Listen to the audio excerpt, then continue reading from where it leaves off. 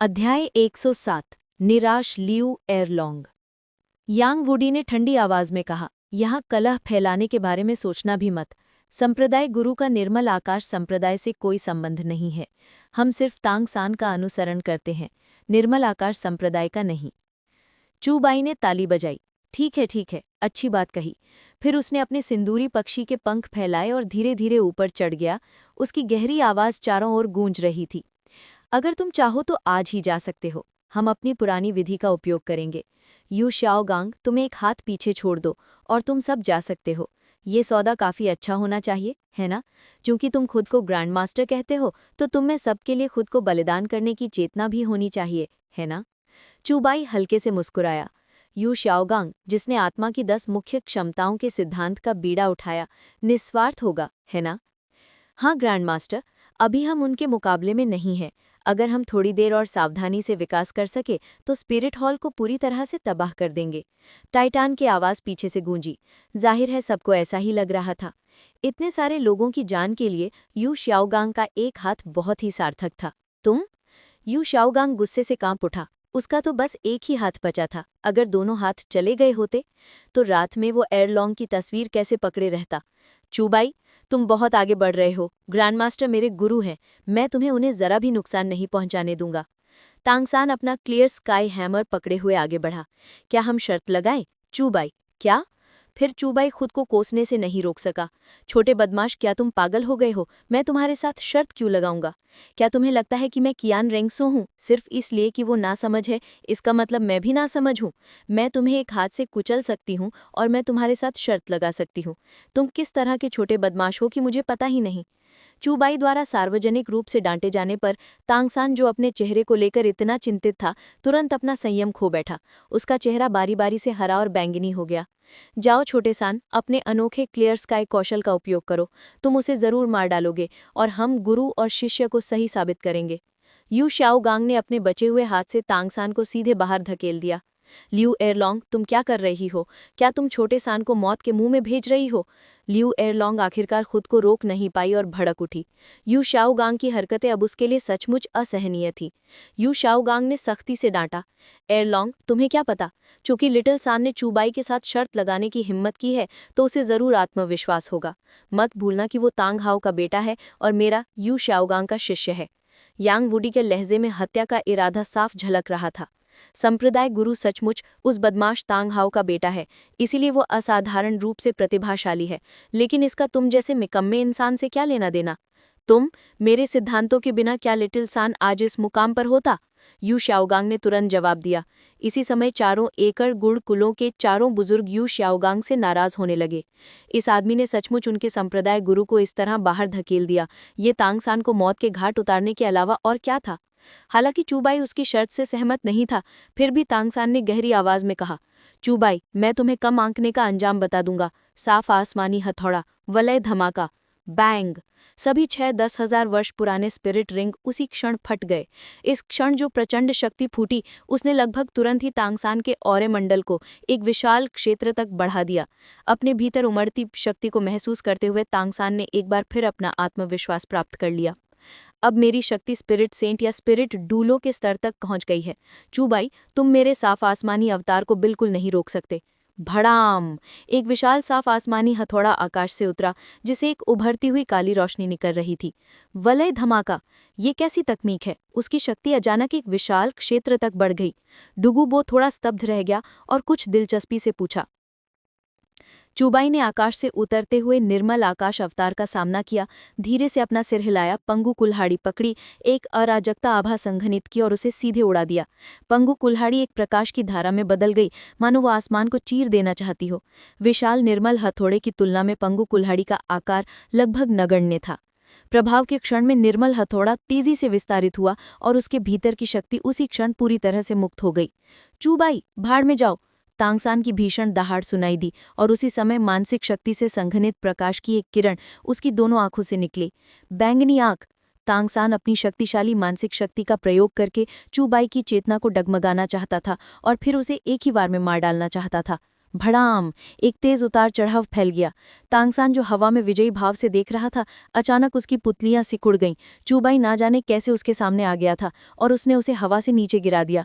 तांगसान ने कई मुंह खून थूका, यहाँ तक कि उसके कुछ दांत भी टूट गए और वो बहुत ही दयनीय हालत में छटपटाता हुआ जमीन पर गिर पड़ा। और हवा में लहराता हुआ साफ आसमानी अवतार भी पंगु कुल्हाड़ी से टुकड़े टुकड़े होकर बिखर गया। चूबाई ग्रुप के सामने उतरा और बोला, आह, मैं तो बस एक ऐसा इंसान हूं जिसे तर्क करना पसंद है। तुम चुनो कि यू शाओगांग का हाथ छोड़ो या तांगसान का। यू शाओगांग बहुत खुश हुआ जब उसने सुना कि उसके हाथ की जरूरत नहीं है। छोटे सान, क्या तुम्हारे पास वो अस्थिभूस नहीं है जिससे कटे हुए अंगों से पुनर्जन्म मिलता है?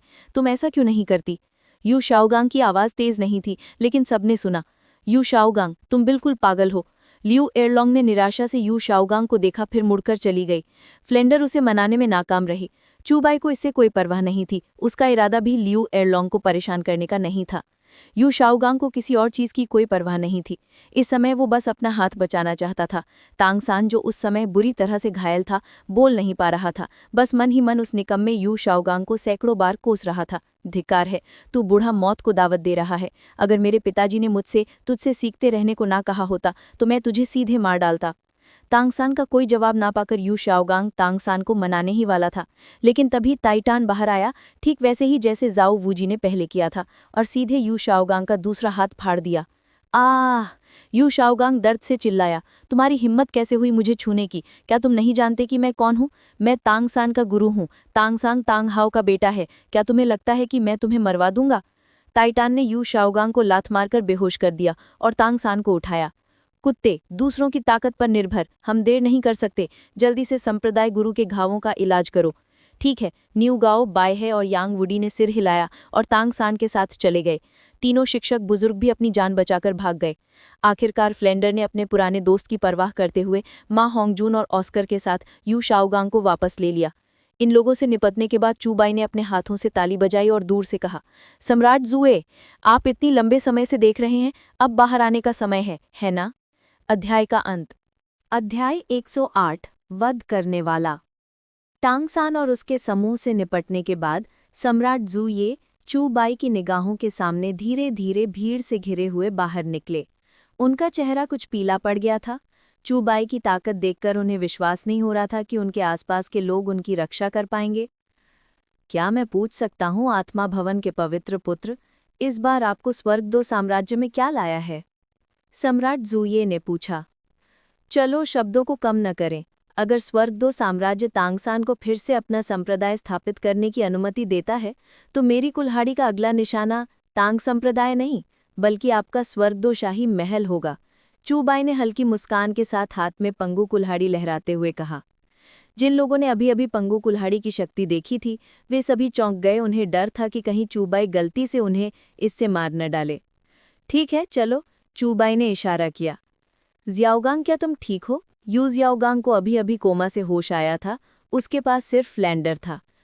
यू ज़ियाओगांग ने सहज ही खुद को संभालने की कोशिश की, लेकिन अचानक उसे एहसास हुआ कि उसका हाथ चला गया है।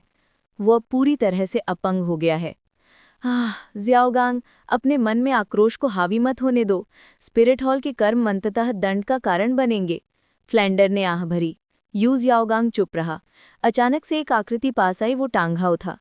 इस समय टांगहाओ एक अपंग व्यक्ति था, किसी सामान्य व्यक्ति से अलग नहीं, और उसके पास भी केवल एक हाथ और एक पैर बचा था। क्लियर स्काई डुलो, तुम ऐसा कैसे कर सकते हो? फ्लैंडर बहुत हैरान हुआ। इतना क्रूर कौन हो सकता है? टांगहाओ पहले से ही इस हालत में था, फिर भी कोई उसे नहीं छोड़ेगा? टांगहाओ ने हाथ हिलाया। मैंने खुद किया है। मैंने अपने शरीर से 2 आत्मा हड्डियां निकाली हैं। कृपया इन्हें लिटिल सैन को दे दो। उसे कहो कि वो इन्हें अवशोषित कर ले और फिर मेरे निर्देशों का पालन करते हुए साधना करने के लिए सी गॉड आइलैंड पर जाए। केवल वही उसे स्पिरिट हॉल को नष्ट करने की शक्ति प्राप्त हो सकती है। सी गॉड आइलैंड? यू शाओगांग कांप उठा। सच में सी गॉड आइलैंड? अगर लिटिल सैन वहां से वापस आ सकता है तो उसके पास निश्चित रूप से अपार शक्ति होगी। तब तक मैं उससे उन सबको मरवा दूंगा जिन्होंने कभी मुझे नीचा देखा था। टांगहाओ ने फुसफुसाया। मैं अब अपंग हूँ और इन 2 आत्मा हड्डियों ने अपनी मूल शक्ति खो दी है। हालांकि जब तक लिटिल सैन इन्हें अवशोषित कर लेता है और अपनी आत्मिक शक्ति का उपयोग करके इन्हें पोषण देता है, ये निश्चित रूप से ठीक हो जाएंगी। ठीक है, फ्लैंडर ने सहमति जताई। हालांकि यू शाओगांग अचानक से मानो भूत प्रेत से ग्रसित हो गया और फ्लैंडर से बोला, फ्लैंडर, उस चापित ताइथान ने जब हमला किया था तो तुमने उसे रोका क्यों नहीं? अब मेरे दोनों हाथ चले गए हैं, क्या तुम खुश हो?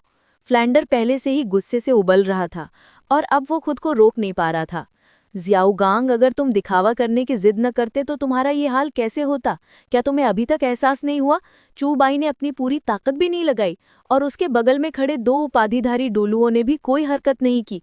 अगर उन्होंने सचमुच हमला किया होता तो हम में से कोई भी जिंदा न बचता। फ्लैंडर ने यू शाओगांग को मुंह दिखाए बिना ही घुरघुराया।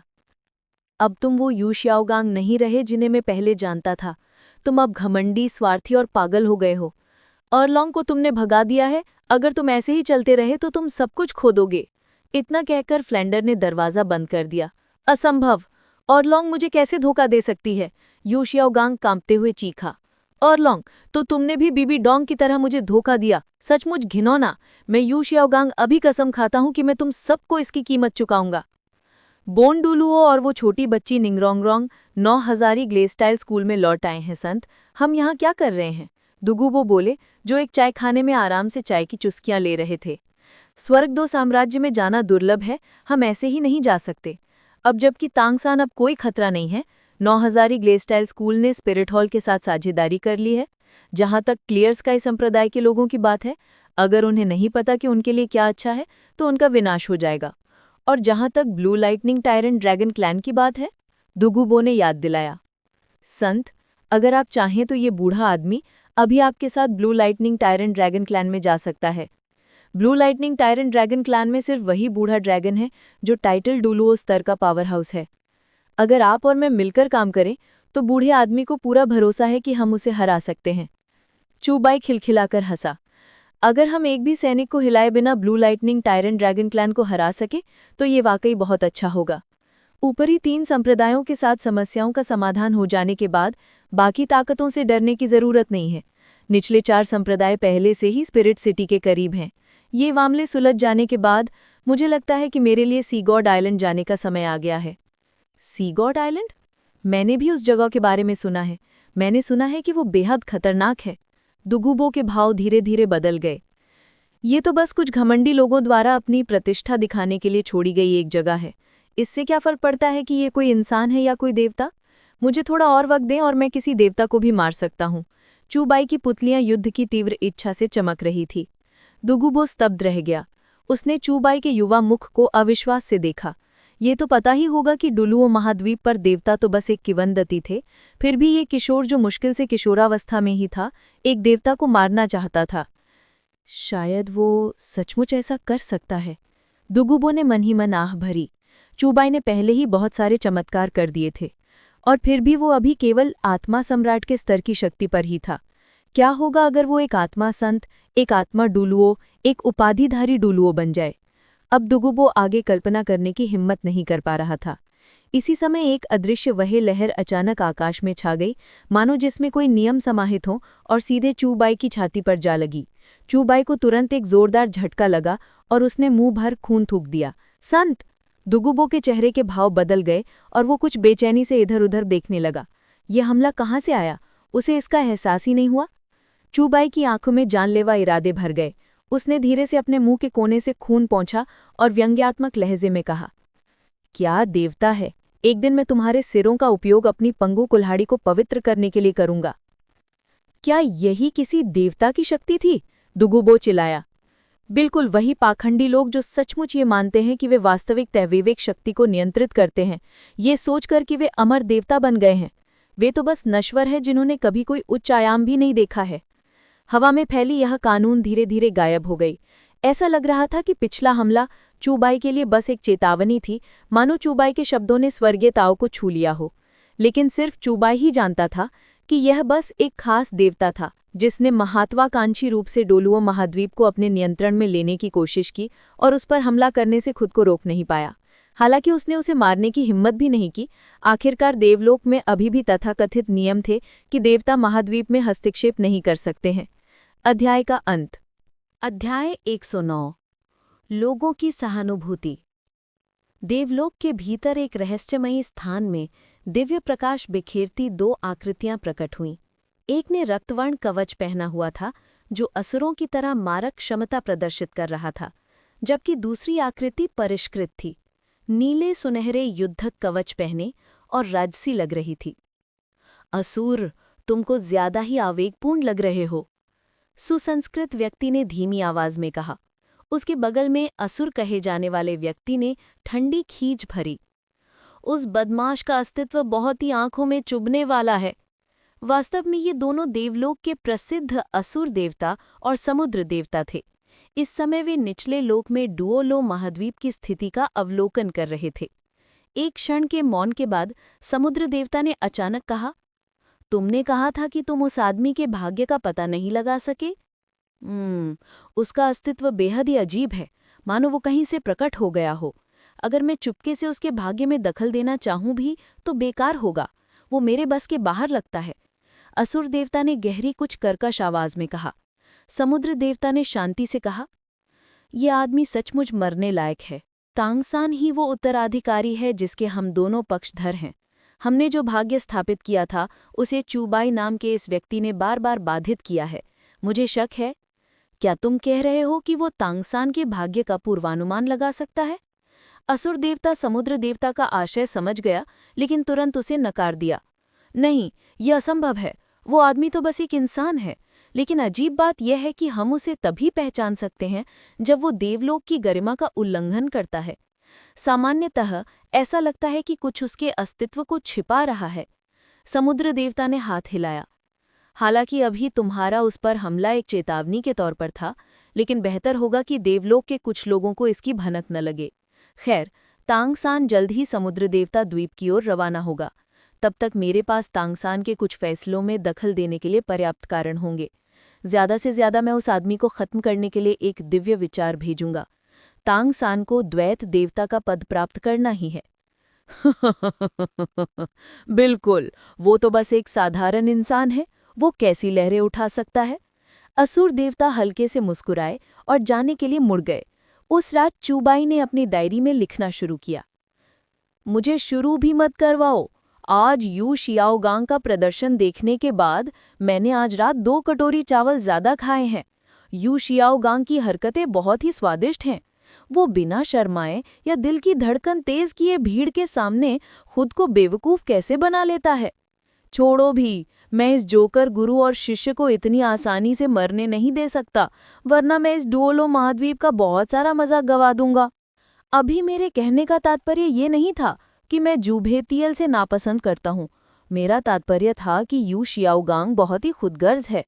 लेकिन मुझे लगता है कि लियू एरलोंग अब तक यू शियाओगांग को पूरी तरह समझ गई होगी, है ना? एक निकम्मा दिखावा पड़ने पर अड़ा रहता है, मुसीबत में पड़ जाता है और आखिरकार अपने शिष्य, जिसने उसके लिए जबरदस्ती आगे बढ़कर मदद की थी, को ही अंजाम भुगतना पड़ता है। भले ही लियू एरलोंग ना समझ हो, उसे अब तक यू शियाओगांग कैसा इंसान है समझ आ जाना चाहिए, है ना? और इसी पल लियू एरलोंग, उसने बिना कुछ कहे चूबाई की डायरी की सामग्री को देखा। काफी देर बाद तो उसने अपनी डायरी में जो कुछ भी लिखा था वो सच था। यू शियाओगांग, तुम सचमुच बदल गई हो। किसी ऐसे व्यक्ति में बदल गई हो जिसे मैं नहीं पहचानती। पहले वाली तुम ऐसी नहीं थी। यू एरलोंग ने गहरी सांस ली। उसकी आंखों में यू शियाओगांग के लिए अब कोई स्नेह नहीं दिख रहा था। हालांकि वो इतने सालों से यू शियाओगांग पर मोहित थी, फिर भी वो समय रहते नुकसान कम करने का सिद्धांत समझती थी। आज यू शियाओगांग के उन्मादी रूप को देखकर लियू एरलोंग को ऐसा लगा जैसे उसके दिल का एक टुकड़ा गायब हो गया हो। उसकी समझदारी उसे बता रही थी कि यू शियाओगांग इसी तरह देर सवेर सबको नुकसान पहुंचाएगी। छोड़ो, किसे परवाह है कि यू शियाओगांग क्या सोचता है। अब जबकि 9 खजाना ग्लेज टाइल स्कूल ने हमारे साथ समझौता कर लिया है, तो अगली बात नीली बिजली तानाशाह ड्रैगन क्लैन का मामला सुलझाना है। आपको क्या लगता है, अगर लियू एरलोंग को पता होता कि अगर वो यू शियाओगांग के साथ रही तो उसका पूरा परिवार खत्म हो जाएगा, तो वो क्या सोचती? आखिर ये सब तो यू शियाओगांग की वजह से ही है ना। यू शियाओगांग को नुकसान से बचाने के लिए कियान जुनजी ने बीबी डोंग का शोषण किया और उसे कैद कर लिया। फिर भी अंत में तुम यू शियाओगांग ने उससे मुंह मोड़ लिया। अंत में बीबी डोंग को धोखा देकर लियू एरलोंग के साथ मिल गई। बीबी डोंग उन सभी को खत्म करना चाहती थी जो यू शियाओगांग को नीचा देखते थे। हालांकि उसके तरीके बेहद सख्त थे, लेकिन ये सब तुम्हारे लिए था, इस निकम्मी के लिए था। फिर भी इस निकम्मी ने कभी उसकी नेकी का बदला चुकाने के बारे में नहीं सोचा। बीबी डोंग के बिना आज तुम कहाँ होती? सभी महिलाएं डायरे की सामग्री को देखकर स्तब्ध रह गईं। बीबी डोंग शांत। इस समय वो अतीत से समझौता कर चुकी थी, लेकिन उसे याद न करना मुश्किल था। हालांकि कियान जूंजी मर चुकी थी और कियान रेनसुई आखिरकार उसकी बेटी थी। उसे कियान रेनसुई के साथ बेहतर व्यवहार करना चाहिए।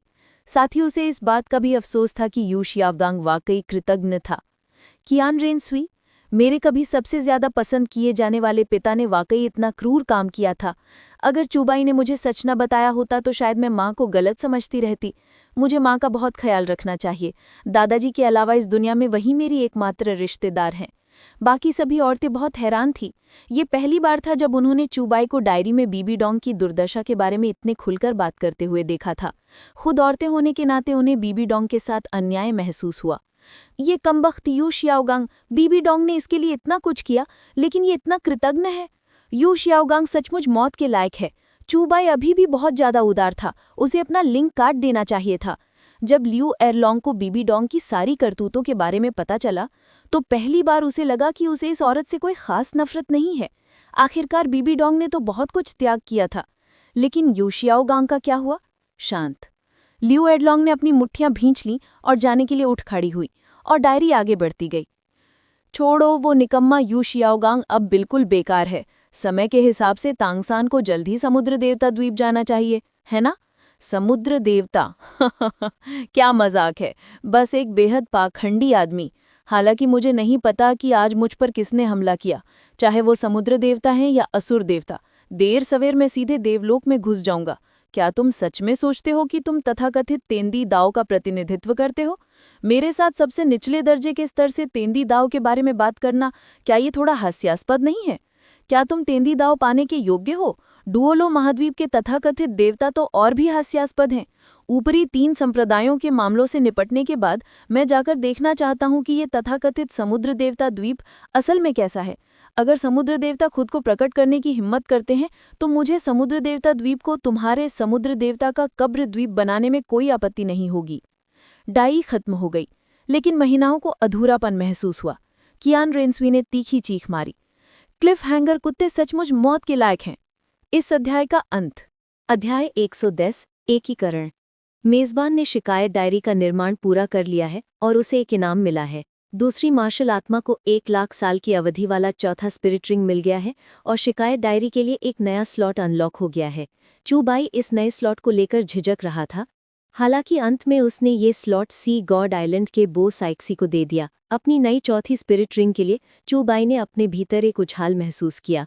हालांकि देर हो चुकी थी, फिर भी उसने अपने सिंदूरी पक्ष के पंख फैलाए और स्वर्ग डू शहर से निकलकर एक निर्जन क्षेत्र में पहुंच गया। यहाँ चूबाई ने अपनी दूसरी मार्शल आत्मा वीरानी को मुक्त किया। एक पल में आकाश और पृथ्वी हिल गए। जैसे ही 4 लाख साल के स्पिरिट रिंग प्रकट हुए, चूबाई के पैरों के नीचे की जमीन जोर से कांप उठी, अंततः पूरी तरह से बिखर गई, क्योंकि वह अब इस शक्ति का सामना नहीं कर सकती थी। जैसे जैसे चूबाई ने और ज्यादा आत्मा के छल्ले लगाए, उसकी दूसरी मार्शल आत्मा न केवल मजबूत होती गई, बल्कि अनजाने में ही चूबाई के साथ एक खास रिश्ता भी बना लिया। यह एहसास मानो अनंत काल और स्थान से परे 2 ऐसे व्यक्तियों को जोड़ रहा था जो एक ही दुनिया के नहीं थे। ऐसा एहसास पहले कभी नहीं हुआ। चूबाई थोड़ा उलझन में था। उसने मुड़कर सीधे उस आकृति की ओर देखा। अचानक उसे भी यह एहसास हुआ। अनंत काल और स्थान के पार से एक नज़र चूबाई की आंखों से मिली। चूबाई ने अपने दिल में कुछ महसूस किया और वहीं जम गया। उसने धुंधले ढंग से एक आकृति देखी जो अनगिनत ब्रह्मांडों पर चल रही थी, अनंत काल और स्थान से ऊपर उठकर उस पर अपनी नजरें गड़ाए हुए थी। उसने उस आकृति के चेहरे की एक झलक देखी। ये आकृति कुछ हद तक उससे मिलती जुलती थी, लेकिन ये रिश्ता क्षणभंगुर था। चूबाई के सामने जो एकाकार हो गया था, वो अब भी उसकी दूसरी मार्शल आत्मा थी। चूबाई बहुत देर तक चुप रहा, फिर उसे होश आया। अभी जो एहसास हो रहा है, मानो इस समय और स्थान में जहां मैं हूं, वीरानी सचमुच मौजूद है और वो मेरा पता ढूंढने के लिए अनंत समय और स्थान पार कर गया है। चूबाई ने गहरी सांस ली, पूरी तरह चौंक गया। क्या ऐसा हो सकता है कि जब मैं अपनी दूसरी मार्शल आत्मा का उपयोग करूं, तो उसका असली शरीर भी उसे महसूस कर ले और वो मेरी मदद कर रहा हो? एक बार ये विचार मन में आ गया तो इसे दूर नहीं किया जा सकता। शायद अगर मैं वीरानी पर आत्मा के छल्ले चढ़ाता रहूं, तो मैं इस संबंध को पूरी तरह से स्पष्ट कर सकूंगा। चूबाई का हाथ कांपा और एक अनंत शक्ति फूट पड़ी। आकाश तुरंत चकनाचूर हो गया और शून्य लोक के पार एक सच्चा ड्रैगन कुंडलित होकर नीचे उतरा। सच्चा ड्रैगन आकाश में फैल गया, अपने साथ अनंत अराजकता आभा लेकर स्वर्ग को भरते हुए। शायद पिछली बार तांगहाव जैसे प्रतिद्वंदी को मारने के लिए, थंडर सम्राट खजाना कला की असली शक्ति को उजागर करने के लिए चूबाई को अभी भी स्वर्ग और पृथ्वी की गड़गड़ाहट की शक्ति उधार लेने की जरूरत थी। लेकिन अब जब उसने सच्चे ड्रैगन खजाना कला में महारत हासिल कर ली थी, तो चूबाई को पूरा विश्वास था कि जैसे ही उसे अपनी मार्शल आत्मा का सच्चा शरीर प्राप्त होगा, उसके पास तथाकथित दिव्यता को चुनौती देने की ताकत होगी। ये मेरा चौथा आत्मा कौशल है, सच्चा ड्रैगन खजाना कला। चूबाई बहुत उत्तेजित था। मैंने पहले ही 10 भयंकर खजाना कलाओं में से 3 में महारत हासिल कर ली है। मुझे आश्चर्य है कि मैं आगे किस तरह की खजाना कला प्राप्त करूंगा। चूबाई ने थोड़ी आह भरी। उसी समय उसके दाहिने हाथ से एक अराजकता आभा निकली और पंगु कुल्हाड़ी धीरे धीरे प्रकट हो गई। चूबाई ने पंगु कुल्हाड़ी को देखा और निस्सहाय होकर मुस्कुराए बिना नहीं रह सका। इस दौरान मैंने पंगु कुल्हाड़ी का ज्यादा उपयोग किया है, जिससे दूसरों को लगता है कि मेरी दूसरी मार्शल आत्मा ज्यादा मजबूत है, लेकिन वास्तव में पंगु कुल्हाड़ी शायद वीरानी से भी ज्यादा भयानक हो। आखिरकार महान देवता पंगु की आकाश खोलने की कुल्हाड़ी होने के नाते इसमें निहित अनंत दिव्य शक्ति सब कुछ चकनाचूर कर सकती है। अभी तक इस यंत्र ने मुझे इन दोनों योद्धा आत्माओं की अधिकांश शक्ति को छुपाने में मदद की है, लेकिन अब भी पंगु कुल्हाड़ी से मैं अपने सभी शत्रुओं का सफाया कर सकता हूँ। क्या दैविक आकृति असुर डेमन तलवार है, मैं भविष्य में तुम्हें टुकड़े टुकड़े कर दूंगा। अगले दिन चूबाई स्वर्ग डू शहर के ऊपर उतरा और दुआगुबू उसके बगल में प्रकट हो गया। संत, हम कहाँ जा रहे हैं? दुआगुबू ने पूछा। नीली बिजली वाले तानाशाह ड्रैगन कुलान की ओर। चूबाई थोड़ा मुस्कुराया। उसकी योजना अब आधिकारिक तौर पर शुरू हो गई थी। 2 महान राज्यों के विरुद्ध निरोध प्राप्त हो गया था। जहां तक स्पष्ट आकाश संप्रदाय की बात है, उसने उसे अपनी आंखों में भी नहीं देखा। दुनिया की तथाकथित नंबर 1 औजार आत्मा उसकी पंगु कुल्हाड़ी के सामने कीचड़ की तरह थी। ब्लू लाइटनिंग तानाशाह ड्रैगन कुलान ने हमेशा डुलुआटो महाद्वीप के संघर्षों में तटस्थ रुख अपनाया था। ब्लू लाइटनिंग तानाशाह ड्रैगन कुलान की शक्ति ऊपरी 3 संप्रदायों में उतनी शक्तिशाली नहीं मानी जाती थी। क्लियर स्काई संप्रदाय के एकांतवास में जाने से पहले इसमें 2 भाई तांगहा और तांग शाओ थे। अब इसमें 5 उपाधि प्राप्त डुलुआटो स्तर के वृद्ध बुजुर्ग भी हैं। 9 खजाने वाले ग्ले स्टाइल स्कूल को निंगा फेंगजी का परम समर्थन है, साथ ही चनशिन और गुरोंग भी हैं। इसकी तुलना में ब्लू लाइटनिंग तानाशाह ड्रैगन कुलान, जिसमें केवल एक उपाधि प्राप्त डुलुआटो है, थोड़ा कमजोर लगता है। दुआगुबू ने चूबाई की बात सुनी और सहमति जताई। तो चूबाई का यही मतलब था कि बिना किसी सैनिक को खोए ब्लू लाइटनिंग तानाशाह ड्रैगन कुलान को हराना। ब्लू लाइटनिंग ड्रैगन कभी स्पिरिट हॉल का विरोधी नहीं हो सकता और उसे अपने पारिवारिक शिष्य पर विचार करना होगा। दुआगुबू खिलखिलाकर हंस पड़े। एक बार जब संत ऊपरी 3 संप्रदायों से निपट लेंगे तो डुलुआटो महाद्वीप का एकीकरण एक कदम और करीब आ जाएगा। एकीकरण एक सामान्य वृत्ति है। एकीकरण के माध्यम से ही हम डुलुआटो महाद्वीप के बाहर से आने वाले खतरों का विरोध करने के लिए पर्याप्त आधार प्राप्त कर सकते हैं।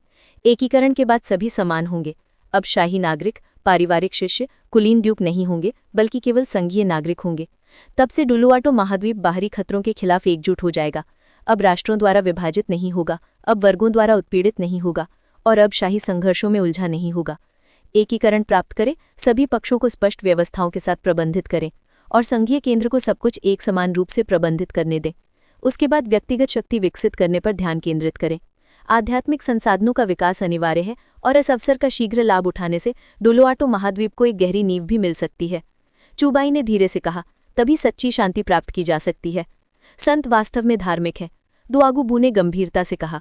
उसे सचमुच लगा कि स्पिरिट हॉल में ऐसे संत का होना स्पिरिट हॉल के लिए सम्मान की बात है और अब उसे स्पिरिट हॉल में शामिल होने का कोई पछतावा नहीं था। शायद ऐसे संत के नेतृत्व में स्पिरिट हॉल अविश्वसनीय रूप से गौरवशाली होगा। ये कदम उठाना कितना कठिन है? चूबाई ने आह भरी, लेकिन उस समय उसे ज्यादा सोचने की जरूरत नहीं थी।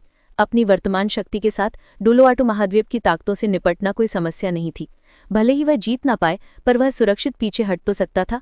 आगे नीली बिजली के तानाशाह ड्रैगन कुलान का इलाका है, क्या हम ऐसे ही खुलेआम घुस जाएंगे? दुआगुबू ने पूछा। जरूर, हम यहाँ बातचीत करने आए हैं, छिपकर हमला करने नहीं। चूबाई नीली बिजली के तानाशाह ड्रैगन कुलान के दरवाजे तक अकड़कर पहुंचा। पहरेदारों से बात करने का मौका मिलने से पहले ही उसकी मुलाकात किसी से हो गई। वह व्यक्ति चूबाई को देखकर थोड़ा हैरान लग रहा था। तुम हो? मैं हूँ। चूबाई ने आंखें घुमाई और लुई और लुंग से कहा, अच्छा हुआ, अब मुझे चिल्लाने की झंझट से छुटकारा मिल गया। अब तुम वापस आ गई हो तो अपने परिवार के उस बूढ़े ड्रैगन को बता दो। अध्याय का अंत।